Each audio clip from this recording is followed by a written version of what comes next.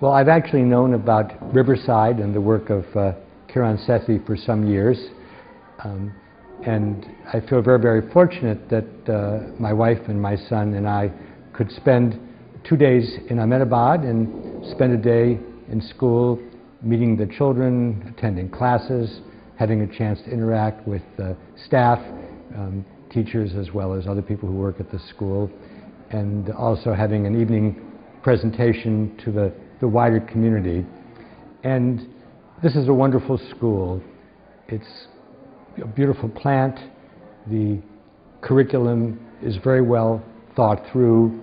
The 3 stages through which the children pass through are very carefully thought through, and I'm sure that young people who have the chance to come here are going to benefit from a terrific education. There are 2 things that really struck me about the school, and I visit many schools all around the world. First of all, the children's understanding of the school, and not just liking what happens there, or probably sometimes not liking it, but being able to participate, to have their own views, to be able to explain why things are done, to be able to participate in the building of the Stage 3 campus, creating their own projects, creating their own audio tours. So the involvement of the children, as well as their understanding, their feeling part of the decision making, as well as obviously sometimes doing things because you have to submit, you can't always resist. The other thing which I think really makes this school exceptional is the giving, the generosity of the school and of the children in it. In addition to being the place where Design for Change originated, and it's now an important worldwide movement, the children's understanding of those who are less fortunate than they are, whether they're a few blocks away or further away in Ahmedabad, or whether they are in other parts of the world, and then spending real time, not just a ritualistic time, but time every week trying to help those that are less fortunate, raising money for them, bringing smiles to their faces, helping them to have a better life.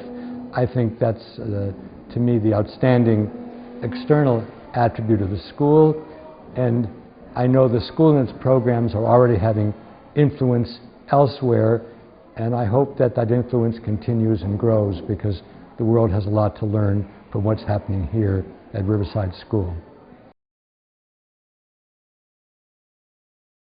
Well, I had a chance to have an unbuttoned conversation with Kiran yesterday, and I asked her what schools she had visited which were like Riverside, and she mentioned people and places that had influenced on her, because nobody creates something completely out of nothing. But what struck me is that Kiran is that rare example of somebody who creates something with her whole being, who is thinking all the time, who is always integrating new experiences, new knowledge, and creating what is essentially, I would say, a work of art. She would probably say a work of design. And you cannot do that unless you are a very charismatic and a very authoritative person. But yet when you see the children here, they're not at all intimidated. They're not at all simply doing what the Pied Piper calls, but rather they're in her own image, and I think probably in the image of Geet, though I don't know him so well, and having had the chance to see and talk to Jazz, and then last evening having a chance to see her take the lead in a dance about multiple intelligences, which was very sensitively choreographed. I can see the gifts already being bestowed on the next generation.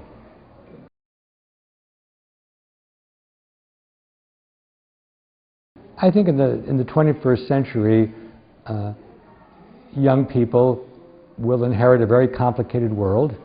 They need to try to understand it as best they can, They need to be prepared for change. They have to be flexible. Most importantly, they have to try to tackle the huge problems which exist in the world, some of which were inevitable when you have a population of 6 or 7 billion. Some of them, to be frank, my generation has left to the young people. Of course, there's no guarantee of success, but today when I visited the Gandhi ashram, I was reminded that he said people don't have rights until they have responsibilities. And I think that in the 21st century, the planet will not survive unless people understand that. And I would wager that the children who have a chance to spend years at this school understand that as well as anybody.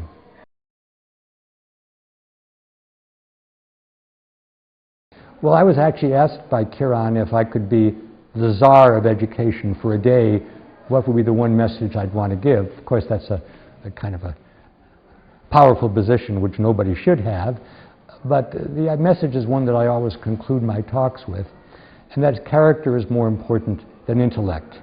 It's great to be smart. It's great to be multiply smart.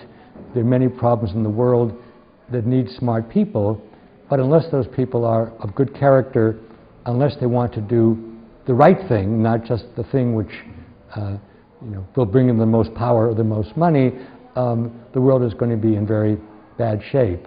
And unfortunately, most ministers of education today are so consumed with science, technology, engineering, mathematics, and having higher test scores that they forget that at the end of the day, if we don't have people of good character, people who do the right thing, intellect in itself will destroy the world. It will not save it.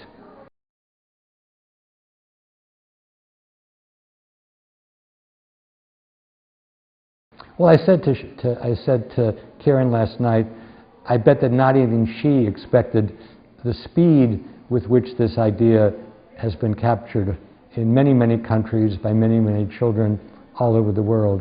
And it's a simple idea, but it's a constructive idea at the same time. And we can't deal with ideas that are too complicated. They don't travel.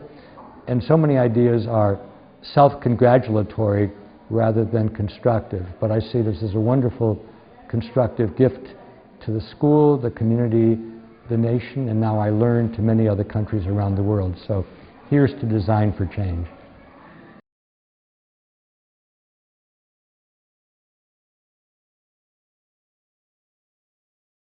Well, the school was very impressive. I actually had not been prepared for what I was going to see. I knew it was a special school, but I didn't know very much about it. So the first thing that struck me was the wonderful articulate guides that we had, starting with very young children. We had 3 different pairs of guides, and they were all extremely well-spoken, beautiful English, so clear and so full of explanations about not only what was taught, but why it was taught. So that was very impressive. The second thing that struck me was the beauty of the space. It's all indoor-outdoor. There's very little division, and I thought that was wonderful. It gives you a very peaceful feeling. And third, I saw the children making incense burners. They had to make 250 in a day to get a feeling for what it was like to be a child laborer. And I thought that was very unusual. And then to see the movie in which the community service was featured, to see what the children were doing. Well, first of all, to see how children learn about what it's like to be disabled by having their hands tied, by their one arm tied behind their back. And to see the children go out to the cancer hospital and visit those children who hadn't been visited for 7 months. I was really moved to tears. And I heard afterwards that that the older students instruct the ones who are coming not to feel sorry, not to show pity, but to cheer the children up. And I thought that showed a lot of insight. You don't want to come and show pity. You want to come and help these children to experience normalcy. So, I don't know, the whole emphasis on design for change and on doing good was really powerful. And I just am incredibly impressed. I wish all schools were like this.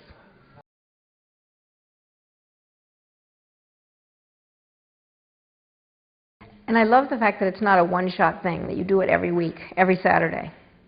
You know, it's not just the kids do it once. Okay, now we know what it's like to be sick. We'll go back to our privileged life.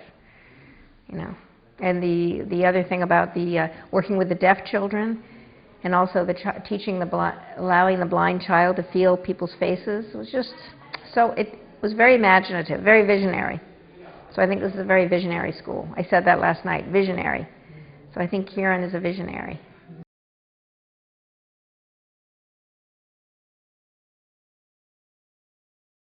Yes, I think I would just be saying the same thing again. I think that what I saw here is Kieran's vision, and I think it's fantastic. It's really, really innovative and good. And she obviously has a real passion and a real brilliance to conceive of this. So I think it's wonderful. I have to go watch her TED Talk now, which I'd never seen. I haven't seen. Okay, you haven't seen it. No, but I'm going to see it.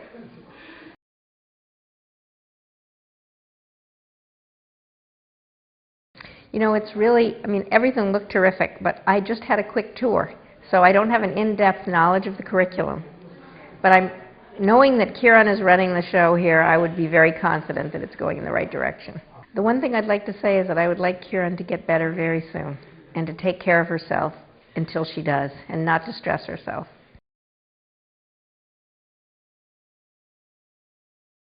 One thing that's been incredible about Riverside and just being in Ahmedabad in general has been the interplay of the indoor and outdoor space in the designs of the buildings. We went to the National Institute of Design, we went to the ashram where Gandhi spent time, and we've been here. And in all three environments, there's this interplay of space and of being and of creativity and ideas that has had this wonderful synergy for me. So Riverside yesterday, where I spent the day, was in and of itself a wonderful experience, and seeing how articulate the kids were and seeing the design of the building and the way that the Key 3 students helped design it. But then today, going to the ashram and going to the National Institute of Design and seeing, wow, there's this synergy between these three places really gave me an even broader sense of the specialness of Ahmedabad as a city that contains these three places. So that's one thing that really struck me today. Yesterday when I was here, I was very impressed with the students' articulateness, of course, about the work that they have been doing, but also the ability to speak about what they're learning and the metacognition and the ability for them to say, this is what we did, this is why we did it, and this is why it's important.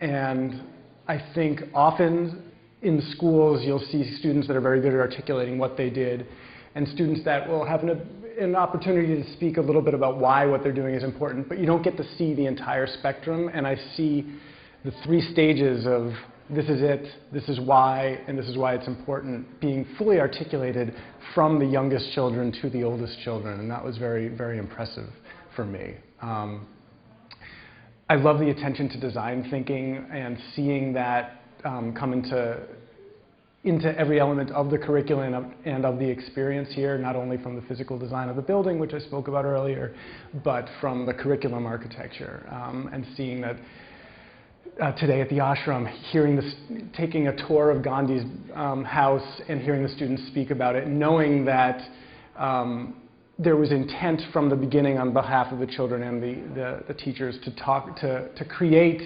something and to design it so that the experience that someone has when in Gandhi's house at the ashram is curated and put together in a very deliberate way. So understanding that from a curricular perspective is just really wonderful, to know that much thought and mindfulness is going into building something, and then that we were listening to a recording from 2008 and here we are in 2012, 4 years later, it still has legs and there's a sustainability to it. So that's been pretty special.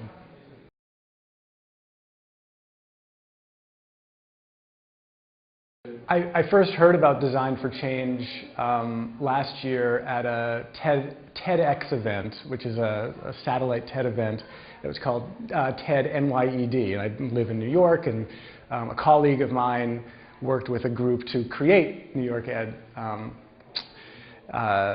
New York Ed TED, and Kieran made a surprise appearance at the end of one of the talks and we had seen her TED video from TED India.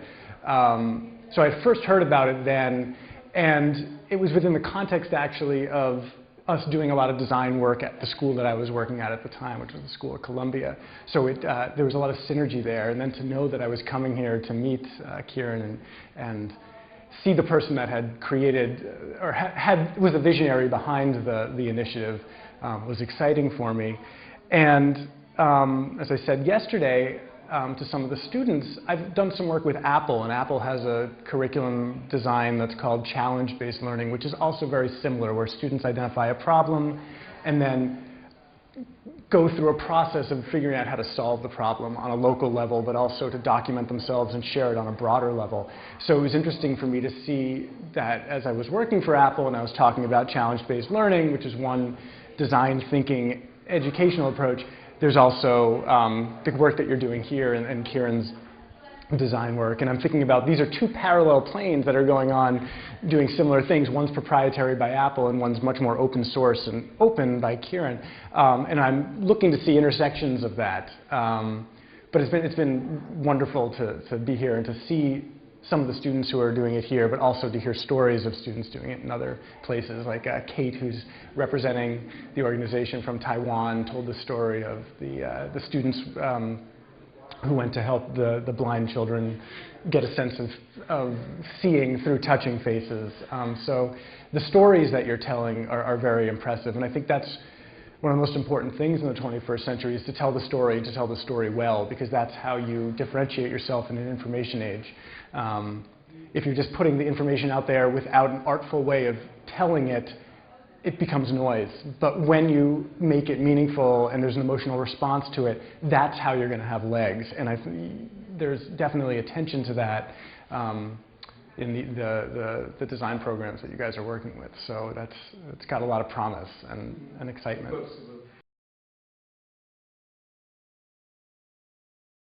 I mean, it's always been close to my heart in teaching, and one of the reasons I went into it was to help with social mobility and to help create good citizens of the world, and I think that's at the core of what you do here. And not only are students designing things, but they're designing things that have good impact for people. I have a friend in New York who has an ice cream company, and her she's been locally sourcing milk to make ice cream, and the entire shop is built out of sustainable woods, and she's trying to create ice cream that makes a difference. And she's gone on to do, she's actually brought an ice cream company to Rwanda, because she felt that if families and people in such a war-torn country as Rwanda have an opportunity to have ice cream, which is a sweet, wonderful, fulfilling experience to eat an ice cream, then that's spreading love and joy in the world. And to see that you guys were creating ice cream here as well was just yet another affirmation of ice cream as something that you think is benign and as not impactful as ice cream really can be if done correctly. So that was a little bit of a tangent, but that's my way of saying the projects that you have the students working on really do have meaning and will, you know, and the way I even phrased that is incorrectly, because I said the projects that you have students working on, but it's actually the projects the students come up with themselves, because they're not working on something that anyone's told them to do. They're producing it themselves. So that ownership, and that ownership about doing something that's right for the world, is what we need future leaders to be. And to have experiences of as a young person, because as Howard will tell you, it's about mind exercise. And if they're exercising their mind to create new things that have great impact within the world, that's ultimately what we need leaders to be exercising when they're younger. Because the smartest, most intellectual people have brought us to really lousy places in this world. So we need mindful, thoughtful, intellectual people that have a heart and that have practiced doing good to be in leadership roles. So that's what I see being exercised and being core to the curriculum and the experience of Riverside for students and for teachers. And for anyone that comes through the walls.